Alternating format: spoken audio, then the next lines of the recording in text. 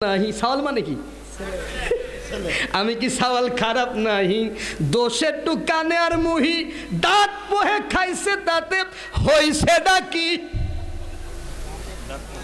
দাঁত পোহে খাইছে দাঁত পোহে মুহি কথা বুঝেছেন তোর আমগুলো সব পোহে খাই বেলাইছে তোর সওয়াল কোথায় তোর সওয়াল কিন্তু বড্ড খারাপ অমুকের সওয়াল অমুকের মাইয়ের নিয়ে বেরিয়ে চলে গেছে এগুলো আমাদের আঞ্চলিক ভাষা তো আমি কি এই ভাষায় কথা বলতেছি না আপনার সাহিত্যের ভাষায় কথা বলতেছি বলেন তো তো আস্তে কথা বোঝেন তো সাইলেন্ট যেটা সাইলেন্টলি তো আপনাদের যার কাছে যত আস্তে আছে সকল আস্তে দিয়ে বলেন আমিও আস্তে বলি সুবহানাল্লাহ সভাপতি স্যার এই হলো আস্তে মানে এমনটা হলে আমি মঞ্চ থেকে নেমে যাব কথা দিলাম আর এই যদি আপনাদের আসতে হয় জোর তো আপনাদের আরো আছে আছে কিনা বলেন সেই জোরটা আমি জানতে চাই যার কাছে যত জোর আছে সকল জোর দিয়ে বলেন সুবহানাল্লাহ বাস ভালো লাগলে এরকম বলবেন খারাপ লাগলে আগেরটার মতো বলবেন এরকম বললে ওয়াজ করব আগেরটার মতো বললে টা টা গুড বাই কথা বুঝেছেন আর আমি চিল্লানোর জন্য যদি এক কাপ চা খাই আপনাদের সমস্যা আছে অবশ্যই আছে আমি চিল্লায় যদি খাই তো আপনারা খাবেন না কেন আমি খাইলে আপনারা পাবেন আমি না খাইলে আপনারা পাবেন না সব কথা শেষ এবার আসেন আমরা মহাগ্রন্থ আল্লাহর কোরআনের আলোচনায় যাই প্রাণ খুলে জোরে জোরে পড়ে নাউযু বিল্লাহি মিনাশ শাইতানির রাজিম আরো জোরে পড়েন বিসমিল্লাহির রহমানির রহিম আলিফ লাম মিম পড়েন আলিফ লাম মিম যালিকাল কিতাবু লা রাইবা ফিহি হুদাল লিল মুত্তাকিন আমার সাথে পড়ুন সাদাকাল্লাহুল আজিম সম্মানিত ভাইরা আমি মহাগ্রন্থ আল কোরআনুল কারীমের 2 নম্বর সূরা সূরাতুল বাকারা 1 এবং 2 নম্বর আয়াত আপনাদের সামনে তেলাওয়াত করেছি আমি বাংলা মানেটা আপনাদের বলে দিই এখানে আল্লাহ বলছেন আলিফ লাম মিম হরুফে মুকাত্তাআত এর অর্থ আমি জানি না আপনারা জানেন নাকি যালিকাল কিতাবু লা রাইবা ফি মানে কি ওই সেই কিতাব যার ভিতর কোনো সন্দেহ নাই আপনারা এই কইছেন আর আমি ওই কইছি এখন এই আর ওই আপনাদের একটু পরে আমি বুঝাবো কি বলেন স্যার হুদাল লিল মুত্তাকিন এটা মুত্তাকিনদের জন্য পথ প্রদর্শক কোরআনের কামই হলো লিতুখরিজান নাস মিনাজ যুলুমাতি ইলান নূর 14 নম্বর সূরা ইব্রাহিম আয়াত নাম্বার 1 কথা বুঝেছেন কোরআনের কামই হলো জাহেলিয়াতের অন্ধকার থেকে মানুষদেরকে ঈমানের আলোতে বের করে আনা আলহামদুলিল্লাহ কন না কেন তো আমার আগের বক্তা বাহারুল ইসলাম সাহেব তিনি কোরআনের উপর কিছু আলোচনা করেছেন আমি খুব মন দিয়া শুনেছি সকল কথাই তার আলোচনার ভিতরে আসে নাই কোরআনের ব্যাপক আলোচনা কুল্লাউ কানাল বাহার পৃথিবীর ভিতরে যত সাগর আছে সকল সাগরের পানিগুলো যদি একত্রিত করে আল্লাহর কালামের ব্যাখ্যা লেখা শুরু হয় লিখতে লিখতে লিখতে গোটা পৃথিবীর পানিগুলির এক ফোঁটাও থাকবে না আল্লাহ কয় আমার কালামের ব্যাখ্যা লেখা শেষ হবে এজন্য আমি বাহারের ধারাবাহিকতা আমি বজায় রেখে কোরআন সম্পর্কে কিছু আলোচনা আপনাদের সামনে করতে চাই যদি আমার আল্লাহ আমাকে তৌফিক দেন আমিন কোন আরো জোরে বলেন আমিন তো আমার সর্বপ্রথম পড়েছি আলিফ লাম রা নাকি আলিফ লাম মিম আলিফ লাম রা আছে আছে কি না আলিফ লাম রা ইয়াসিন তাহা এগুলো সব আল্লাহ বলতেছেন যে এগুলো হচ্ছে হরফে মুকাত্তাত কোরআন শরীফের ভিতরে 2 ধরনের আয়াত আছে ওয়াল্লাযী আনজালা আলাইকাল কিতাবা মিনহু আয়াতুম মুহকামাত কোরআন শরীফের ভিতরে 2 ধরনের আয়াত আছে এক ধরনের আয়াত হলো মুহকামাত আরেক ধরনের হচ্ছে হুন্না উম্মুল কিতাবি ওয়া উখারু মুতাশাবিহাত আরেকটা হচ্ছে মুতাশাবিহাত মুহকামাত হচ্ছে কোরআন শরীফের আসল বুনিয়াদ। কথা কি বোঝা যায়? কথা কন না কেন? বোঝা যায়? এগুলো হচ্ছে আসল বুনিয়াদ। আর মুতাশাবিহাত আল্লাহ বলেন ওমা ইয়ালামু তাবিলাহু ইল্লাল্লাহ। 3 নম্বর সূরা আলে ইমরান আয়াত নম্বর 7 আল্লাহ বলেন মুতাশাবিহাতের অর্থ আমি আল্লাহ ছাড়া দুনিয়ার কেউ জানে। জোরে বলেন জানে? জানে। কারা জানে? ফাআম্মাল্লাযীনা ফি কুলুবিহিম যায়গুন, যাদের অন্তরে আছে ব্যাধি, যাদের ফিজিক্যালি মেন্টালিটি ইনজুরিতে যারা ভুগতেছে, রোগাগ্রস্ত মানুষ, এরা মুতাশাবিহাতের পিছনে সব সময় লেগে থাকে। এই কারণেই, কারণ তারা সমাজের ভিতরে ফিতনা ফাসাদ মারামারি গন্ডগোল বাঁধাতে চায়। ঠিক কিনা বলেন? আমি এই সাবজেক্টটা বেছে নিয়েছি এই কারণে যে আমি আপনাদের এলাকায় জীবনে আসি নাই। যেই জাতি কোরআন বোঝে না ওই জাতির কাছে নামাজের ওয়াজ করে লাভ নাই। যেই জাতি কোরআন বোঝে না ওই জাতির কাছে জিকিরের বয়ান করে লাভ নাই। যে জাতি কোরআন বোঝে না ওই জাতির কাছে ইসলামী আন্দোলনের কোনো বুঝ নাই। যে জাতির কাছে কোরআন নাই সেই জাতির পর্দা নাই, কিচ্ছু নাই, কিচ্ছু নাই, ওদের কোনো ঈমানই নাই। এজন্য আমি এই কোরআনের বক্তব্যটা আমি বেছে নিয়েছি যে আজকে আপনাদের কোরআন বোঝাতে হবে। এই যে আপনারা এসেই গেছেন, আমি বললাম যে যালিকাল কিতাবুল লা রাইবা ফিহি মানে কি, তো আপনারা বললেন যে এই সেই কোরআন। আমি এই আলোচনা একটু পরে আসব। আমি আপনাদের কোরআন ভালো করে বুঝাতে চাই। শুধু what is Quran, what do mean by Quran, কোরআন কি, কোরআন বলতে আপনারা কি বোঝেন, এইটাই আমি আজকে বাগবাড়ার মানুষের জনমের মতো বুঝাতে চাই। এই সময়টুকুন আমি চাই যে আমার এমন একটু সময় দিন যাতে করে আমি অনেক সময় নিব না, কারণ আমি জানি যে প্রধান বক্তা এমন সময় আসলে যে সে আলোচনা করতে পারবে না। আমি ততটাও চাচ্ছি না, কিন্তু এতটুকুন সময় আমি চাই যাতে করে আপনাদের আমি কোরআন বুঝাইতে পারি। কি কষ্ট হচ্ছে? কষ্ট হয়? তাহলে আরেকবার পরীক্ষা করি। সুবহানাল্লাহ কোন? স্যার শব্দ ঠিক আছে না একটু কমে গেছে? যাক আলহামদুলিল্লাহ। তো এখন এই যে আল্লাহ বলতেছেন ফাআম্মাল্লাযীনা ফি কুলুবিহিম যায়গুন, যাদের অন্তরে আছে ব্যাধি। এই রোগাগ্রস্ত মানুষ কারা? এই অসুস্থতায় ভুগতেছে কারা? শুনবেন আপনারা? একটু জোরে বলেন, শুনবেন? এদের চরিত্র হলো, এরা বলবে সিজদার মতো সিজদা হলে এক সিজদাতে জনম পার। আছে নাকি আপনাদের এলাকা? আছে? আচ্ছা একটু আমি বলে যাই। তারপরে আছে আল্লাহ মুহাম্মদ আদম 3 জনা এক নূরেতে, এটা তারা বলে। তারপরে তারা বলে যে তোমাদের কাছে 6666 খানা কোরআনের আয়াত আছে, আর আমাদের কাছে বাতুনে কালাম আছে 60,000। আগে শুনে নেন, বহুত নাউজুবিল্লাহ সামনে পড়ে আছে। একবারে সব বলেন নাউজুবিল্লাহ, আগে আমি বলে নেই। তো এই 60,000 বাতুনে কালাম তোমরা মোল্লা মৌলবীরা জানো না, ওইটা আমাদেরকে আল্লাহ সরাসরি দিয়েছে। কারণ আমরা ফকির, ফে কাপ রয়ে, এই ফেতে হলো ফানাফিল্লা। আমরা আল্লাহর সাথে ফানাফিল্লা হয়ে গেছি, আমাদের অস্তিত্ব আল্লাহর ভিতর বিলীন হয়ে গেছে। এই জন্য আমরাই যা কই আল্লাহর কথা কই, আমাদের মাঝে কোনো নবী রাসূল কাজ করে না। কথা কি বোঝা যায়? তো ওরা মারুফতের কিছু গান আমার দেশে ছেড়ে দিয়েছে, যেগুলো আমার দেশের মানুষ সারা রাত বলে শুনে এসে বলে যে আমরা মারুফতের গান শুনে আসলাম। আমি সেদিনকে মোহনপুরে এগুলো শোনাইছি, আরেকবার নতুন করে আপনাদের শোনানোর দরকার। কারণ এই শয়তানদের মুখোশ উন্মোচন করা বড়ই প্রয়োজন। কারণ এরাও এক প্রকার জঙ্গিবাদ, এরাও টেররিস্ট, ইসলামকে ক্ষতবিক্ষত করে দিচ্ছে। এদের মুখোশ উন্মোচন করার দরকার আছে কিনা? এরা বলতেছে, দেখেন আমি সুর দিয়ে বলবো না সুর ছাড়া বলবো? সুর দিয়ে বলবো। এমনও সুন্দর আগে দেহ মসজিদ ঘর, খালি ফেলে তারে রেখো না, এই দেহ পুরে বসাইয়া হচ্ছে স্যার, দোতারা বাড়ি হচ্ছে না? এই দেহ পুরে বসাইয়া খোদারে কাতরে করো তার প্রার্থনা। বেশ ভালো কথা, দেহর ভিতর খোদারে বসায় কাতরে প্রার্থনা করবে, এটা তো খারাপ করছে না, ভালো কথা। তারপরে কি কথা করছে দেখেন, চৌদিকে ইমাম দিতাছে আজান একজনার নাম গায়। চৌদিকে ইমাম দিতাছে আজান একজনের নাম গাছে। একজন কার নাম? জোরে বলেন কার নাম? আসলে কি মোল্লা মুয়াজ্জিনেরা আজানের ভিতরে একজনের নাম কয় না দুইজনের নাম কয়? ওরা একজনের বাদ দিয়েছে, কারণ ওরা হচ্ছে ফানাফিল্লা, ওদের নবীর দরকার নেই। কথা বুঝেছেন? কিন্তু আমি আজান দেই, আল্লাহু আকবার, আল্লাহু আকবার, আল্লাহু আকবার,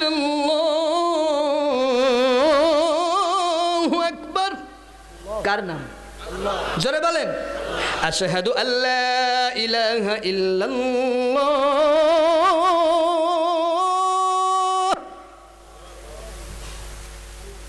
আল্লাহর নাম বলা হয়েছে না?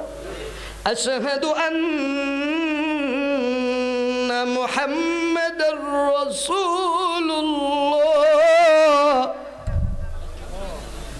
কার নাম? এই আজান হলে কি করতে হবে? ওয়ারকাউ মা'আর রাকিন, রুকুকারীদের সাথে রুকু করতে হবে। রুকুকারীরা কোথায় থাকে? ঘরের ভিতরে না মসজিদে? জোরে বলেন। আর ওরা কি করছে? চৌদিকে ইমাম দিতাছে আজান, একজন আর নাম গায়, কপট দিয়া ঘরে দেখো গা ধ্যান করে, এই দেহ মিনারায় তোমার দিনের নবী মুস্তাফায় তাহারে গারে হিরায়, পায়াসে মারো ফতের নিশানা। কি কবেন? সুবহানাল্লাহ, নাউজুবিল্লাহ। আজান যখন হবে তুমি তখন ঘরের কপাট লাগাই দিবা, দিয়ে তুমি ধ্যান করবা। আর আল্লাহর পক্ষ থেকে ঘোষণা হচ্ছে ফজরের সময়, আসসালাতু খায়রুম মিনান নাওম।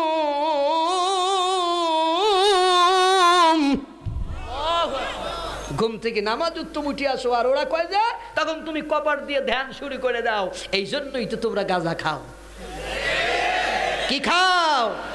গাঁজা খাও। এত বড় বড় মোজ। ঠিক কই না বে? ঠিক কই? চুলে জটলা, দাড়িতে জটলা, গায়ে সালার চট, লোহার শিকল। শয়তান জাহান্নামে যাওয়ার আগেই লোহার শিকল পরে বসে আছে যাতে ফেরেশতাদের আর দ্বিতীয়বার কষ্ট করা না লাগে। গান গাচ্ছে, জাতি গেল জাতি গেল বলে। স্যার হচ্ছে তো, তুই তো জাতির 12:30 বাজাই ফেলাইছিস। তোর জাত আবার কি করে যাবে বল? তুই কোন জাতের মানুষ এটা দেশের মানুষ জানে? এইটা হলো মারুফতের আয়াতগুলো আপনাদের শোনাচ্ছি আমি। আর 2-4টা শোনাবো নাকি? শোনাবো। তারপরে কষ্টে দেখেন, হস্ত আর পদ কইরো না ধৌত, চক্ষু কর্ণ তোমার নাসিকা, মন পরিষ্কার ভাই হইয়া গেলে তোমার ওজুর দরকার লাগে না। নাউজুবিল্লাহ। স্যার জীবনে শুনছেন এইগুলো?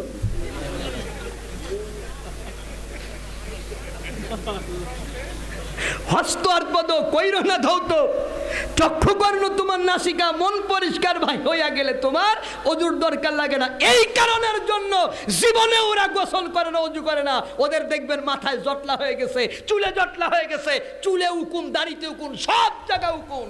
দুজনে মোষ উঁচু করে আরেকজন কলা শুলে গালের ভিতর দিয়ে কয়, দয়াল বাবা খাও। ওগুলোর নাম থুইছে দয়াল বাবা। কি থুইছে?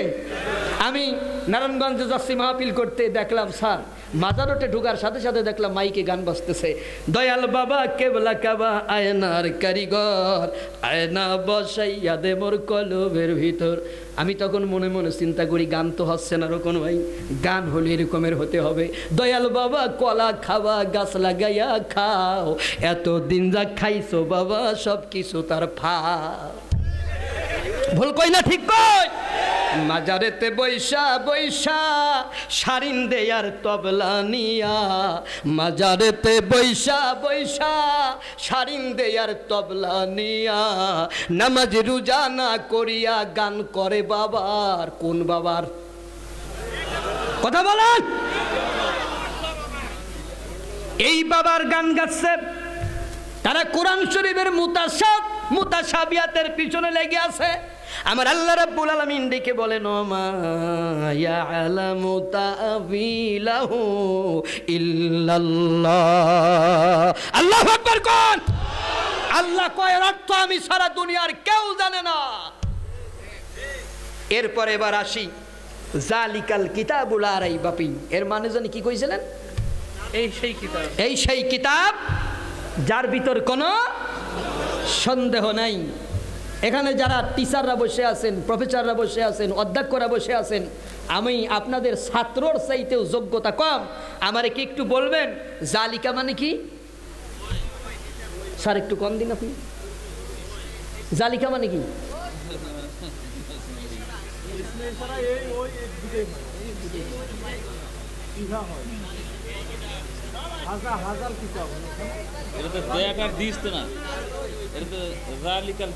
জালিকা মানে ওই মা জালিকা, মা তিলকা। হ্যাঁ,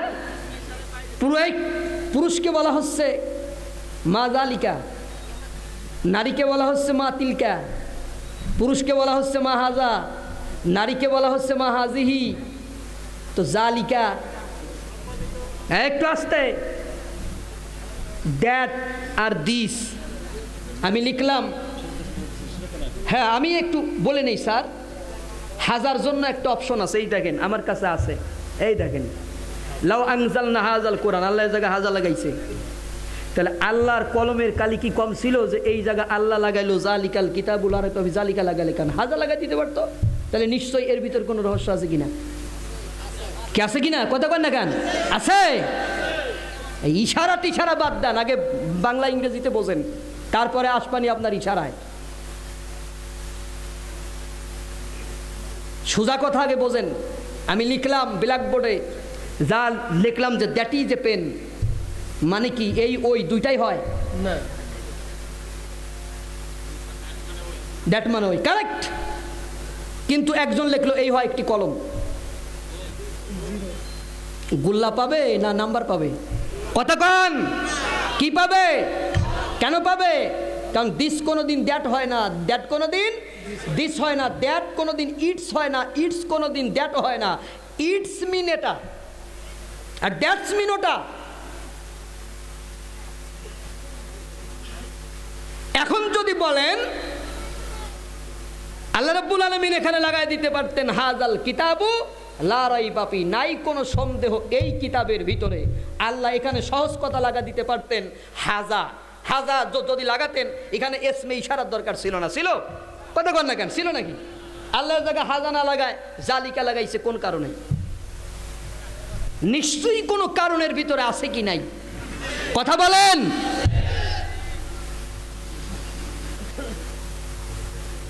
না, আমির হামজা আসছে তো, আমির হামজা আসছে এবং আমি তার সাথে খাওয়া দাওয়া করেছি এবং উনি আসবেন মঞ্চে, আপনাদের আলোচনা করবেন, অপপ্রচারের দরকার নেই।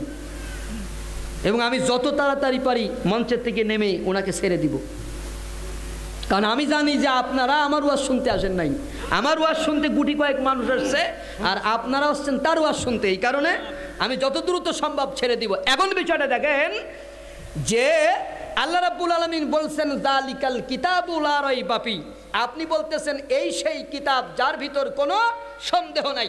এখন আল্লাহ রাব্বুল আলামিন জালিকা কিন্তু লাগাইছেন, জালিকা হলো লাউ আনজালনা হাযাল কুরআন, আল্লাহ রাব্বুল আলামিন বলেন লাউ আনজালনা হাযাল কুরআন আলা জাবাল, আল্লাহ বলেন আমার এই কোরআন যদি আমি পাহাড়ের উপর নাজিল করতাম।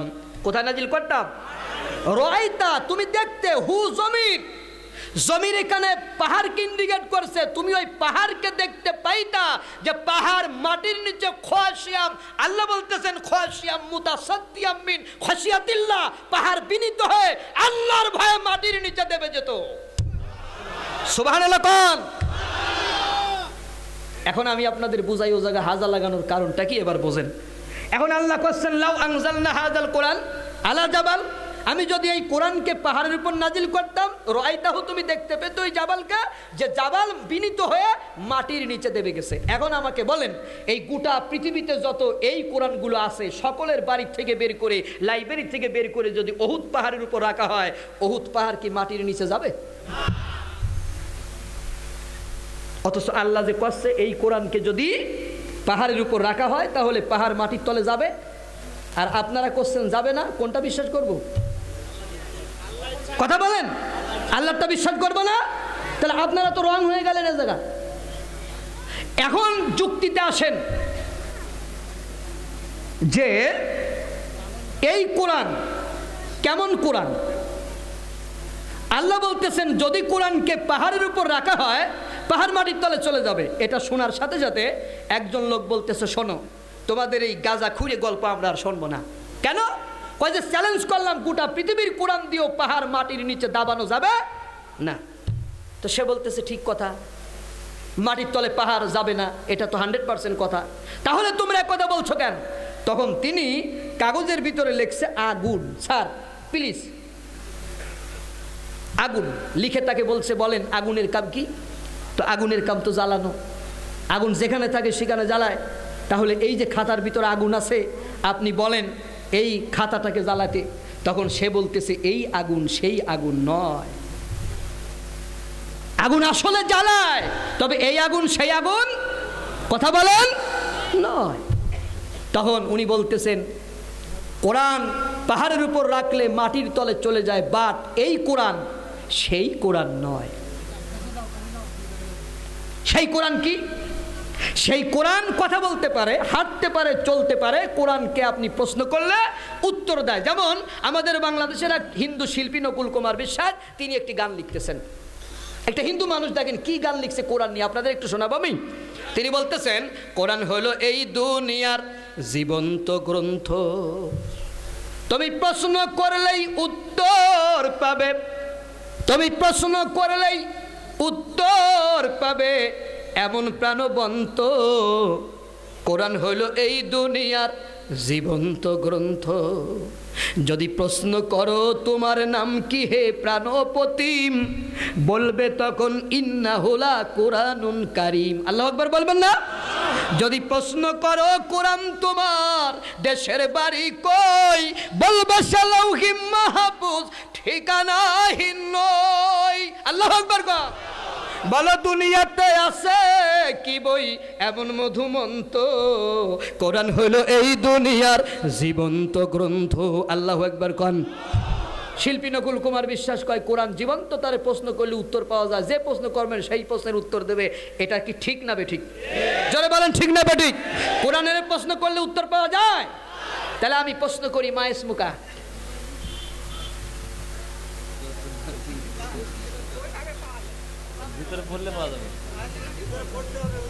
কোরআন তো জীবন্ত, কোরআনে কথা কয়। সে বলছে কোরআনের প্রশ্ন করলে উত্তর পাওয়া যায়, কোরআন কথা কবে, কোরআন হাঁটবে, কোরআন জীবন্ত। বোর ভিতর তো অ্যারিস্টটল লেখছে, বোর ভিতর আছে। সক্রেটিস লেখছে, বোর ভিতর আছে। রবীন্দ্রনাথ ঠাকুর লেখছে, বোর ভিতর আছে। পেনাল কোডের ভিতরে এতগুলো ধারা আছে, ওগুলো তো কথা কয় না, কিন্তু কোরআন কথা কয়। সে হিন্দু মানুষ করছে। এখন যদি এটাকে প্রুফ করতে হয় তাহলে এবার আসেন, আমার নবী জাবালে নূরে গেলেন, তার কাছে জিবরাইল আমিন এসে বলেন আপনি পড়েন। রাসূল বলেন আমি পড়তে পারি না। কি বলে নাই? কথা বলেন, বলে নাই? জিবরাইল আমিন কি করলেন?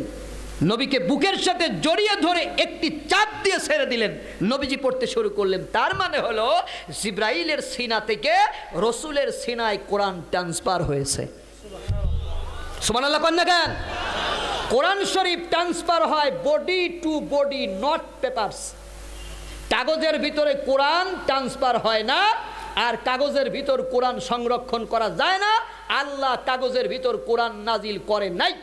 এই জন্য কাগজের কোরআনই জীবন্ত কোরআন নয়, জীবন্ত কোরআন হচ্ছে হাফেজে কোরআন।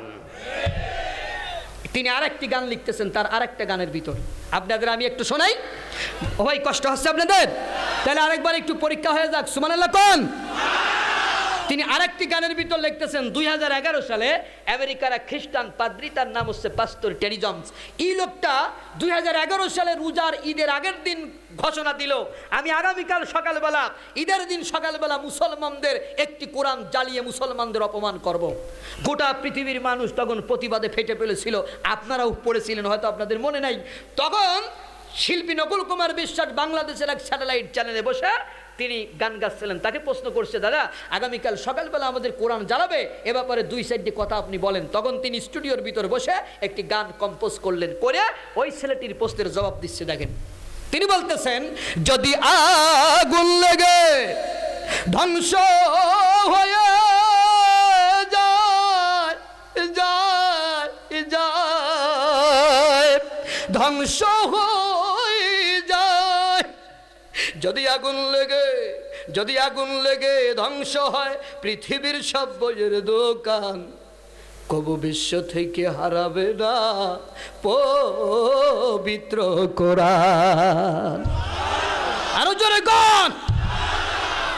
সে কচ্ছে, বন্ধু তুমি একটি কোরআন জ্বালাবে কেন? তুমি গোটা পৃথিবীর লাইব্রেরিতে আগুন ধরায় দাও, গোটা পৃথিবীর কোরআনগুলো তুমি জ্বালিয়ে দাও, তারপরও তুমি আল্লাহর কোরআনের কিছুই করতে পারবে না। কেন পারবে না? কোন লোক, কত লোক সে বলতেছে যে করবে কেমন করে কোরআন ধ্বংস, আগুনের তেজে আছে বিশ্ব ভরা কোটি কোটি কোরআনের হাফেজ। আরো জোরে কর। তারা আবার ছাপায়ে আসমানি গ্রন্থ, তারা ছাপিয়ে আসমানি গ্রন্থ, বাঁচাবে কোরআনের মান, বিশ্ব থেকে হারাবে না পবিত্র কোরআন। চিৎকার দিয়ে বলেন মারহাবা। করলো কত লোকে কোরআন নিয়ে আদালতে কেস। ভারতের হাইকোর্টে একবার এক মারোয়ারি মামলা করেছিল কোরআনকে বাজেয়াপ্ত করার জন্য, আর ব্রিটিশ নাগরিক Salman Rushdie the Satanic Verses লিখছিলেন কোরআনের বিরুদ্ধে। এজন্য তিনি লিখতেছে, করলো কত লোকে কোরআন নিয়ে আদালতে কেস, লিখলো সালমান রুশদি বিদ্বেষপূর্ণ স্যাটানিক ভার্সেস, তবু আল কোরআনের নূরের জ্যোতি, তবু আল কোরআনের নূরের জ্যোতি সারা বিশ্বে দীপ্তমান, তাই বিশ্ব থেকে হারাবে না পবিত্র কোরআন। জোরে জোরে কোন মারহাবা। দেখো পাকিস্তানের জিয়া মরল দুর্ঘটনায় ভাই, তার বিমান পরে ছাই হয়েছে, কোরআন পরে নাই। পাকিস্তানের জিয়াউল হক স্বৈর শাসক না স্যার, তিনি প্লেনে যাচ্ছিলেন, তার বুক পকেটে ছোট্ট একটা কোরআন ছিল। প্লেন ধ্বংস হয়েছে, মানুষ পুড়ে গেছে, সব ধ্বংস হয়ে গেছে, কিন্তু তার বুক পকেটের ছোট্ট কোরআন শরীফের একটি অক্ষর কেউ আগুনের লেলিহান শিখায় জ্বালাইতে পারে নাই। আরো জোরে কম। দেখো পাকিস্তানের জিয়া মরল দুর্ঘটনায় ভাই, তার বিমান পরে ছাই হয়েছে, কোরআন পড়ে নাই। গ্রন্থ যেমন ছিল তেমন আছে, গ্রন্থ যেমন ছিল তেমন আছে, একটি সূরাও হয়নি মিলান, বিশ্ব থেকে হারাবে না পবিত্র কোরআন। জোরে জোরে কোন মারহাবা। যারা কোরআন ধ্বংস করতে চায় জানে না তাহারা ওই গ্রন্থের প্রতি পাতা ফেরেশতারা সদা দিচ্ছে পাহারা। এ যে আমার বিশ্ব নবীর সাধনার ধন, এ যে আমার বিশ্ব নবীর সাধনার ধন, নকুল কয় রব্বুলের দান, বিশ্ব থেকে হারাবে না পবিত্র কোরআন। যদি আগুন লাগে ধ্বংস হয়ে যায়, ধ্বংস হয়ে যায়, যদি আগুন লেগে ধ্বংস হয় পৃথিবীর সব বইয়ের দোকান, বিশ্ব থেকে হারাবে না পবিত্র কোরআন। আল্লাহু আকবার বলবেন না? আরো জোরে বলেন। তাহলে এখানে কোরআন বলতে তিনি কাদের বুঝাইছেন? কথা কন না কেন? আরো জোরে বলেন। হাফেজদের বুঝাইছে। খুব মন দিয়ে শোনেন। এরপর আল্লাহ আবার বলতেছেন, ইন্না আরাদনাল আমানাতা আলাস সামাওয়াতি ওয়াল আরদি ওয়াল জিবাল। 33 নম্বর সূরা আহজাবের 3, 20, 12 নম্বর আয়াত। কত হইল? জোরে বলেন।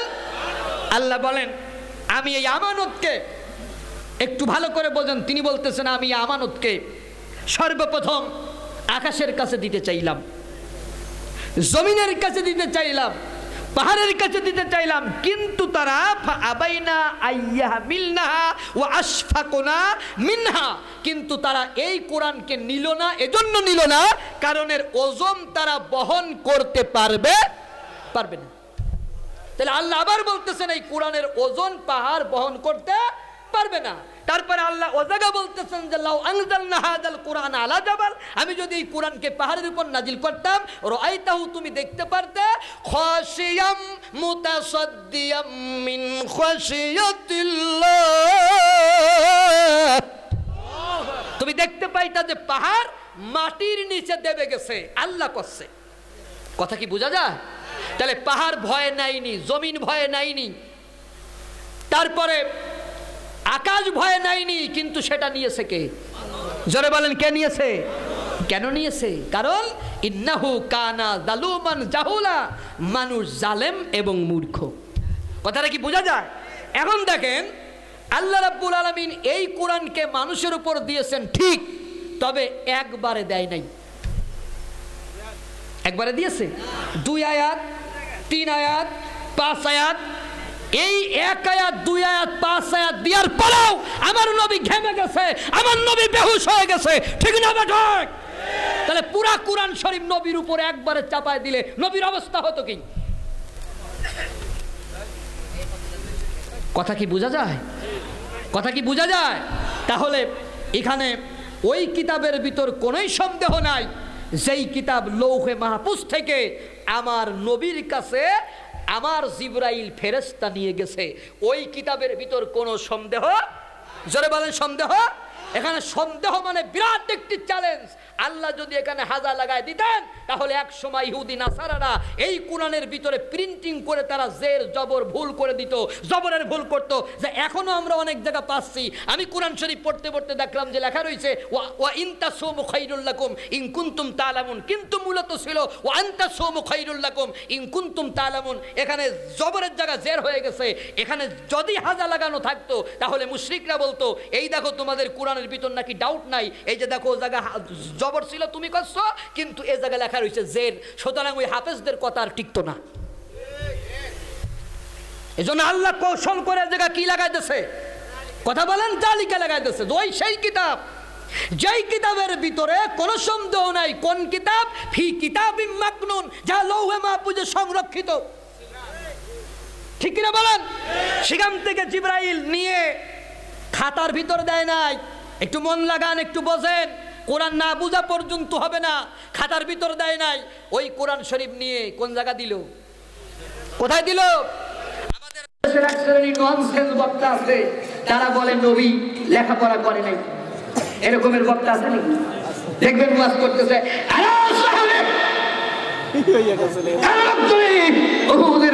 লাল হয়ে যাচ্ছে। একজন দিকে বলেন আমার নবীর রক্ত উহুদের ময়দান লাল হয়ে যাচ্ছে, সাহাবীকে বলে না আমার নবীর রক্তগুলো উহুদের মাটি মিশতে দেওয়া যাবে না। সাহাবী রক্তগুলি চেটে চেটে পান করা শুরু করে দিয়েছে। নবী আমার পিছন ফিরে দিকে বলা, সাহাবীরা আমার রক্ত পান করলি না জাহান্নামের আগুন হারাম করে দিলি। সুবহানাল্লাহ বলেন না? মুসলমানের জন্য রক্ত খাওয়া কি নবী কি হারাম খাওয়ার ট্রেনিং দিছে তার সাহাবীদের, যে নবীর রক্ত খাচ্ছে আর এই ওয়াজ করে বেড়াইছে? আর আমাদের বাংলাদেশের ভণ্ডর দল, তারে লক্ষ লক্ষ টাকা দিয়ে আমরা ওয়াজ শুনেছি, এরাই বলেছে নবী লেখাপড়া করে নাই। ওদের এখন পাইলে আমি হাড্ডি গুড্ডি ফেঁচে ফেলাবো। নবী লেখাপড়া করে নাই, তাহলে কোরআনের ভিতর প্রথম আয়াতই হলো ইকরা, তুমি পড়ো। যদি নবী না পড়ে থাকে, তাহলে এই ইকরা আল্লাহ কেন নাজিল করলো? There is no nation can prosper without education. শিক্ষা ছাড়া পৃথিবীতে কোন জাতি উন্নতি লাভ করতে পারে না, পারে না, পারে না, পারে। There is no nation can prosper without education. শিক্ষা ছাড়া পৃথিবীতে কোনো জাতি উন্নতি লাভ করতে পারে না। Education is the backbone of a nation. শিক্ষা হচ্ছে জাতির মেরুদণ্ড। ঠিক কিনা বলেন? এই কারণে আল্লাহ সর্বপ্রথম নবীকে একটি আয়াত দিয়েছে। সেই আয়াত কোনটা? জোরে বলেন কোনটা? ইকরা। কত বড় ননসেন্স! নবী লেখাপড়া করে নাই। আরে নবী শুধু পড়েই নাই, এত পরিমাণে পড়েছে যে নবী এত পড়তেছে। আলহামদুলিল্লাহি রাব্বিল আলামিন আর রহমানির রহিম। নবী যেইভাবে যখন মাথা ঝুঁকায় ঝুঁকায় পড়তেছে, আল্লাহ বললেন লা তুহাররিক বিহি লিসানাকা লিতাজালা বি। নবী রে, এ কোরআন মুখস্থ করার জন্য জিহ্বাকে এত নড়াচড়া করার দরকার নেই। সম্মানিত ভাইরা, আপনারা দেখতে পাচ্ছেন আপনাদের আজকের মাহফিলের প্রধান আলোচক চলে আসছে। আমরা তার জন্য একটি তাকবীর দেই। নারায়ে তাকবীর! আরো জোরে নারায়ে তাকবীর! প্রধান বক্তার আগমন! আরো জোরে প্রধান বক্তার আগমন। বাগমারার পক্ষ থেকে নারায়ে তাকবীর। ভালো থাকবেন, সুস্থ থাকবেন, আমার জন্য দোয়া করবেন। আসসালামু আলাইকুম ওয়া রাহমাতুল্লাহি ওয়া বারাকাতুহু।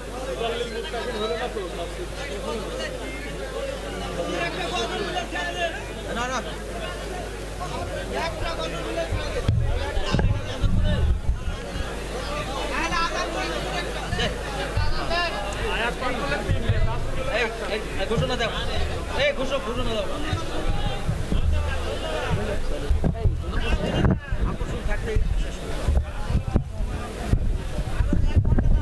শোনেন, আমাদের একটা নিয়ম আছে, বক্তা মঞ্চে আসলে আমরা ওয়াজ করি না। আজকে যদি ওরে ঠেকায় রেখে 1 ঘন্টা ওয়াজ করি, ও কাল আমারে ঠেকায় রেখে 2 ঘন্টা ওয়াজ করবে।